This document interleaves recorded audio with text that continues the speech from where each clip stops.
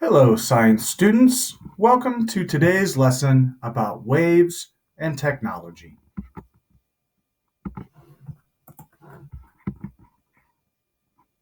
Waves are able to be applied in many different ways that help to benefit our everyday lives.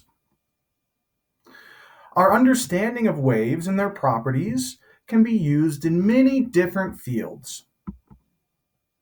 Some of those include things like fiber optics, Wi Fi, and computer sounds and text.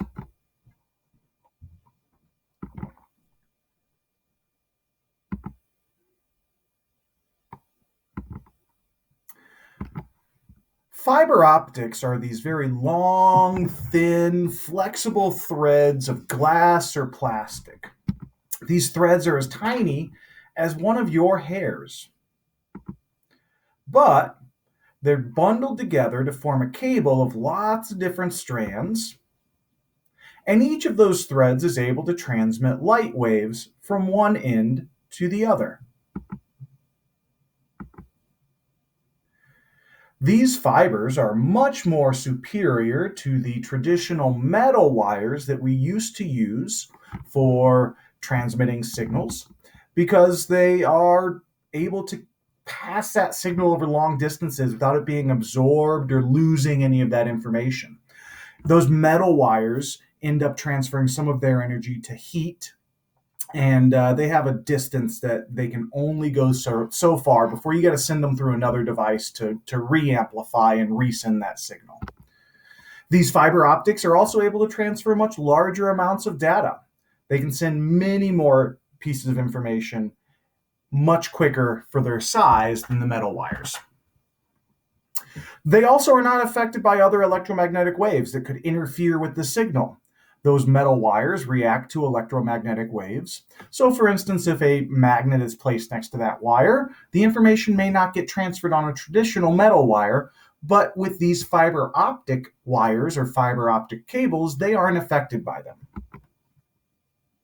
And then they're also made from a material called silica, which is in its simplest form like sand, which is much less expensive and much more common than copper. If you think back to last semester when we learned about that resource project, copper is rare, copper is expensive, and the effects on the environment of gathering copper can be really, really harmful.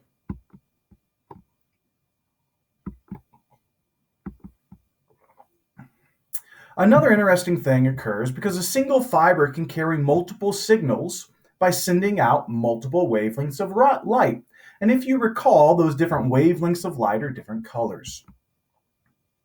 Each wavelength can be refracted and bended at the source to combine into one fiber, and then they can be refracted and bent again at the endpoint to separate back out. And so you can see there in our diagram, you've got what looks like a little triangular prism like we dealt with, and you might have 4 or 5 different wavelengths that are all bent in together and sent through the one fiber. And then at the end, they're bent back out and reestablished into their 5 independent wavelengths, different colors, so that we can interpret each one of them. Fiber optics also have really good properties to be used as a sensor. The properties that you might be trying to pick up on, like temperature, pressure, or strain on an object, which is deformation, pushing, pulling, stretching, changing that shape of the item. So when those things change, like if the fiber starts to heat up, if it's measuring temperature, that can change the intensity, which is related to the amplitude of the wavelength. That could change the intensity of the light, or the wavelength of the light could be changed, depending on what particular thing you're sensing and what type of a signal you're sending back. This might look like a bright flash that moves down the wire as the temperature increases. Fiber optics can actually also be used in power applications. Remember that light is a form of energy, and it can transfer that energy from one point to another. And at the end point, you might have something like a photovoltaic cell, which is those tiny little parts that make up solar panels. This is especially useful in the medical field, especially around things like an MRI machine, which uses magnetic changes in magnetic fields to come up with an image. MRI stands for magnetic resonating image. So If you have that magnetic field, which we learned can affect the electrical applications of metal wires, you might try using something like a fiber optic cable to travel light to the machine, to the things around the machine, and then they can use that light as the energy source as opposed to electrical current through a wire. Fiber optics also have lots of other applications. Everything from children's toys to things like household decoration or lighting within certain features or areas. And there's also lots of artistic applications with fiber optics as well. Wi-Fi is another one of the major applications of these waves and as they apply to technologies. Wi-Fi uses those radio waves to transfer signals. If you recall, Wi-Fi signals are sent at different frequencies. You may have seen on your Wi-Fi router a 2.4 gigahertz or 5 gigahertz. Those are a couple of different ranges that are commonly used in Wi-Fi signals. If you think back, you might recall that 1 hertz is one wave cycle or one full wave passing a place in a second. A gigahertz is 1 billion wave cycles in a second. So lots and lots and lots of different waves passing by a point. 2.4 gigahertz would be 2,400,000 gigahertz. And then, of course, you've got the rest of that, tens of thousands of different frequencies that you can send information along. Wi-Fi works by sending packets, these kind of bundled up pieces of information from, say, your wireless computer to the router. That router can then take that information and send it along to another device, maybe out to your tablet or off to the printer. That could send information that relates to the patterns in a color in an image that might need to be printed off, the patterns of vibrations in a sound file that might play a sound or a musical tune for you. Or it could include all of the directions and information for loading a certain web page. Wi-Fi also has a unique ability. Besides being able to access things like the internet, send out information and emails, create documents, stream content, whether that's Netflix or Pandora or Spotify, you can also use it to find an object's location. This is called Wi-Fi geolocation. What happens is a Wi-Fi signal is sent from like a phone or another device, and it's received by multiple different routers or multiple different stations. Each one then is able to tell the distance from the router to the device, and then as you have multiple of those, you can kind of measure out exactly where that device might be. For instance, in our picture, you can see the example of triangulation that we used in 7th grade for earthquakes. Really similar concept there with the antennas shown to the right. You can see there's 2 different antennas that are picking up on the signal from a cell phone, for instance, and each one knows how far away it is, how far that signal goes before it sends out and comes back. And based on that, you can figure out exactly where it's located. Unfortunately, Wi-Fi does have some limitations. Those radio waves actually are absorbed fairly easily in some really common different mediums. And that's what creates dead spots, where Wi-Fi just doesn't work in a certain location. And that's why it's usually best to have a line of sight, where you get a straight line that you can see from your device to your router.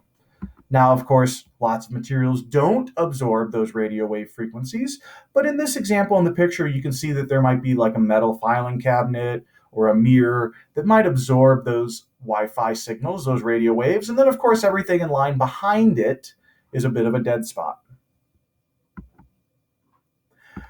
Both Wi-Fi, fiber optics are able to send this information in the form of binary patterns. Binary is a term that means 2 options, or 2 choices. A lot of times that might be sent as like a low intensity light wave and then a higher intensity light wave. So you change the amplitude of the wave and that changes either on or off, for instance. Computers look at this binary code as being a collection of zeros and ones. You could think about it as being collections of on and off for a certain part. That information is then sorted into different grids, for instance, like a 10 by 10 matrix, or the resolution settings on your computer screen. each individual pixel is told to be turned on or turned off, and the computer has large stores of these patterns, and it tells it exactly what sounds or text to display. Let's take a look at what one of this might look like. So you might have a binary pattern of something like 0.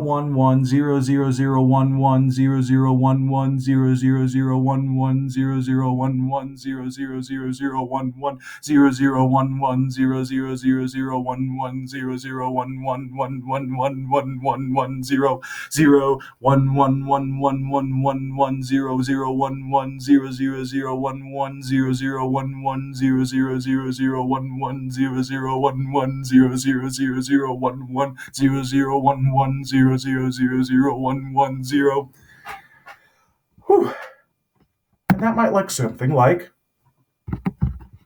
this, where each 0 would represent whether a pixel on your screen is on or off, and a 1 might represent that that pixel is on. Another pattern might look something like this. Or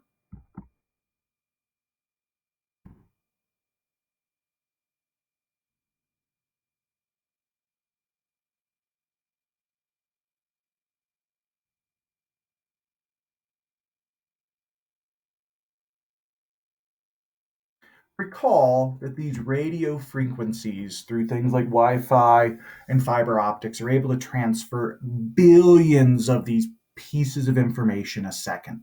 So if you imagine each one of those zeros or ones counting as one piece of information, there's billions that are sent each second, which allows us to very quickly and easily transfer information over long distances, even through medium like the air.